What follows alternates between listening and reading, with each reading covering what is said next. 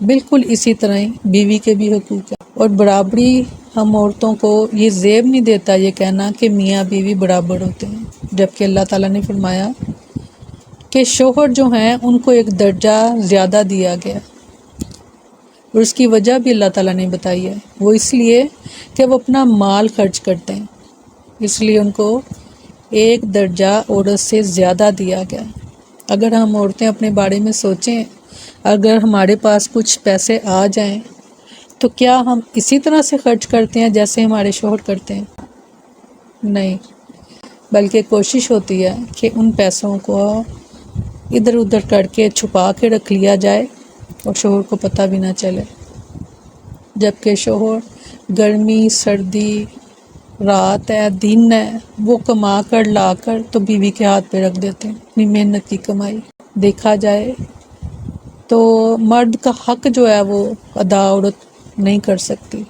آپ صلی اللہ علیہ وسلم نے فرمایا کہ مجھے جہنم کی جنت کی سیر کرائی گئی، میں نے جہنم میں دیکھا کہ وہاں عورتوں سے خطاب فرمایا کہ تم میں عورتیں وہاں بہت زیادہ تھیں۔ عورتوں نے پوچھا اللہ کے رسول کہ ایسا کیوں تھا؟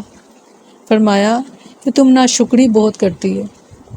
انہوں نے پوچھا کہ کیا اللہ کی ناشکری؟ فرمایا نہیں، اپنے شوہر کی۔ ایک شخص تم سے ساری زندگی خیر کا معاملہ کرتا رہتا ہے، اور اگر کبھی وہ کہہ دیتا ہے کہ اس وقت میرے پاس تمہیں دینے کے لیے کچھ نہیں ہے، تو عورتیں فٹ سے کہہ دیتی ہیں کہ تم سے تو کبھی ہم نے زندگی میں سکھ پایا ہی نہیں ہے۔ فرمایا کہ اگر میں کسی کو حکم دیتا کہ کوئی انسان کسی انسان کو سجدہ کرے تو بیوی کو کہتا کہ اپنے شوہر کو سجدہ کرو۔ فرمایا اگر تمہارا شوہر تمہیں کسی اپنے زخم کو چاٹنے کے لیے کہے تم چاٹو۔ یہ اللہ اور اللہ کے رسول درجہ دے رہے ہیں شوہر کو۔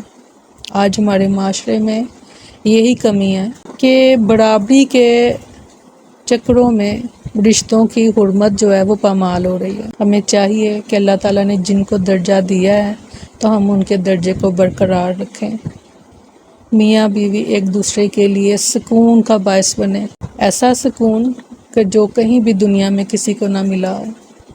اللہ تعالیٰ ہمیں ایک دوسرے کے لیے آنکھوں کی ٹھنڈک اور دل کا سکون بنائے۔ بہت خوبصورت دعا جو قرآن میں ہمیں سکھائی گئی کہ جو عباد الرحمن ہوتے ہیں، جو اللہ کے بندے ہوتے ہیں، وہ کہتے ہیں ربنا ہب لنا من ازواجنا وذریاتنا قرۃ اعین وجعلنا للمتقین اماما۔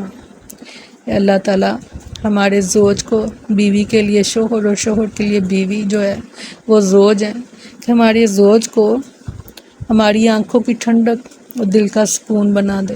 پھر ہمیں مسنون دعاؤں میں بے شمار دعائیں ملتی ہیں کہ میاں بیوی کی محبت میں اضافے کے لیے، اور ایسی دعائیں کہ اللہ تعالیٰ ایسے شوہر سے محفوظ رکھ یا ایسی بیوی سے محفوظ رکھ جو ہمیں وقت سے پہلے برا کر دے۔ ہمیں قرآن اور سنت سے صرف اسلام کے بارے میں نہیں، اپنے رشتوں کے بارے میں بھی گائیڈ لائن ملتی ہے۔ اگر ہم قرآن کو کھول کر پڑھتے ہیں تو اس میں ہمیں ہر وہ چیز ملے گی جو شاید کوئی ماں یا کوئی باپ اپنے بچے کو نہ بتا سکے، جو قرآن میں اللہ تعالیٰ خود بتاتے ہیں کہ ان رشتوں کو نبھانا کیسے ہے۔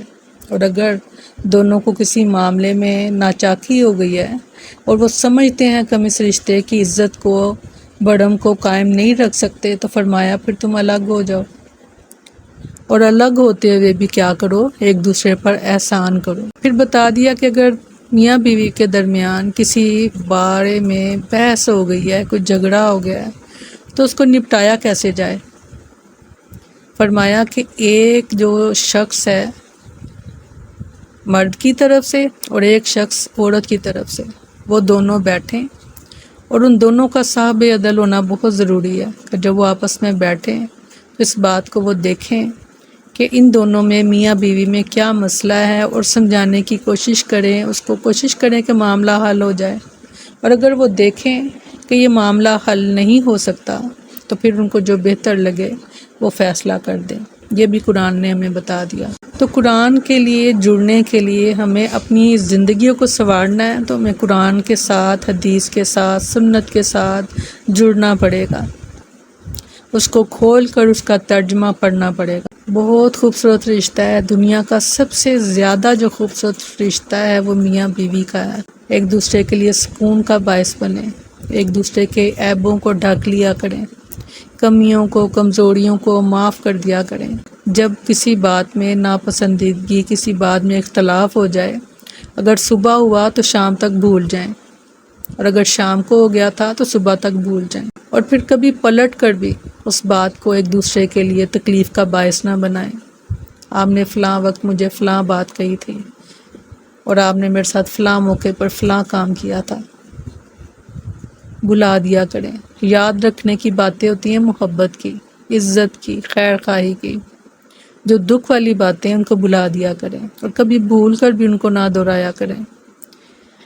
میاں بیوی کے درمیان لڑائیاں اس لیے لمبی ہو جاتی ہیں، لمبی چلتی ہیں، کیونکہ وہ پچھلی باتوں کو چھوڑنا نہیں چاہتے، کیونکہ غصے کے کمزور لمحے میں ایسے ایسے الفاظ جب منہ سے نکل جاتے ہیں تو وہ پھر چھوڑے نہیں جاتے، لوگ ان کو چھوڑنا نہیں چاہتے، اور جب تک آپ پچھلی باتوں کو چھوڑیں گے نہیں، آپ کی اگلی زندگی کیسے چلے گی؟ تو کوشش کریں اس رشتے کو بڑی خوبصورت انداز سے، بڑی ہی محبت کے ساتھ، خیر خواہی کے ساتھ اور عزت کے ساتھ لے کر چلیں۔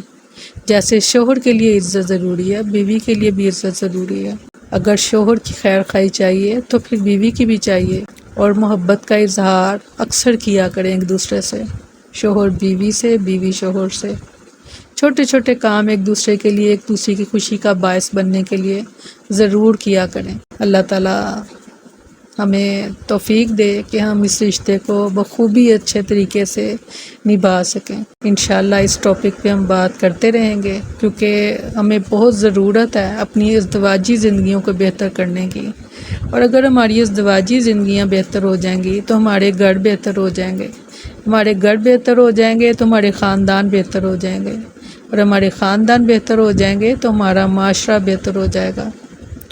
اور صرف ایک اس میاں بیوی کے اختلاف میں آپ دیکھتے ہیں کہ خاندان ٹوٹ جاتے ہیں، معاشرے میں بدمزگی اور فساد پھیل جاتا ہے۔ انشاءاللہ ہم اس موضوع پر مزید بات کریں گے، کوشش کیجیے گا، ان باتوں کو سوچیے گا، سمجھیے گا اور عمل کرنے کی کوشش کیجیے گا۔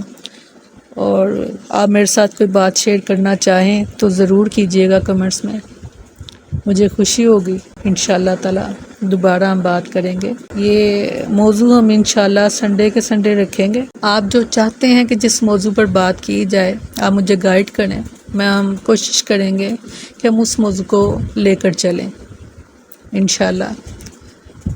سبحانک اللہم و بحمدک نشہد ان لا الہ الا انت نستغفرک و نتوب الیک۔ سبحان ربک رب العزت عما یصفون وسلام علی المرسلین والحمد للہ رب العالمین۔ السلام علیکم ورحمۃ اللہ وبرکاتہ۔